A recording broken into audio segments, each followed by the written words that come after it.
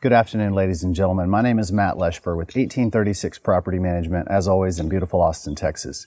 This video is to talk about the differences between the actual condition of the property and the paperwork we're going to give you that's called the owner's notice of condition. Now, each owner that signs up with a property management company in Texas is going to need to fill out something of that nature, whether it has the same title or not.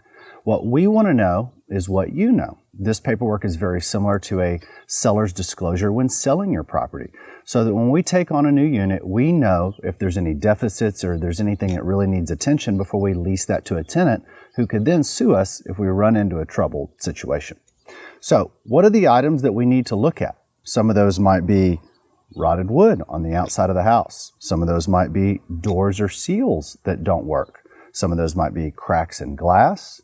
There could be issues with sewage, with water leaks, with mold, anything of this nature.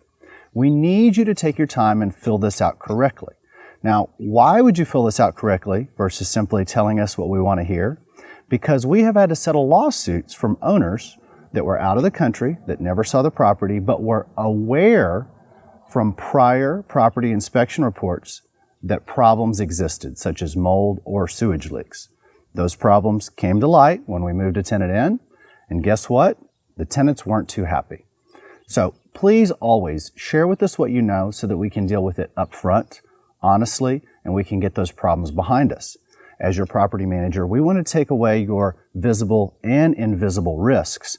So hiding those things don't make them go away, they just make them worse later on. Thank you so much for your time.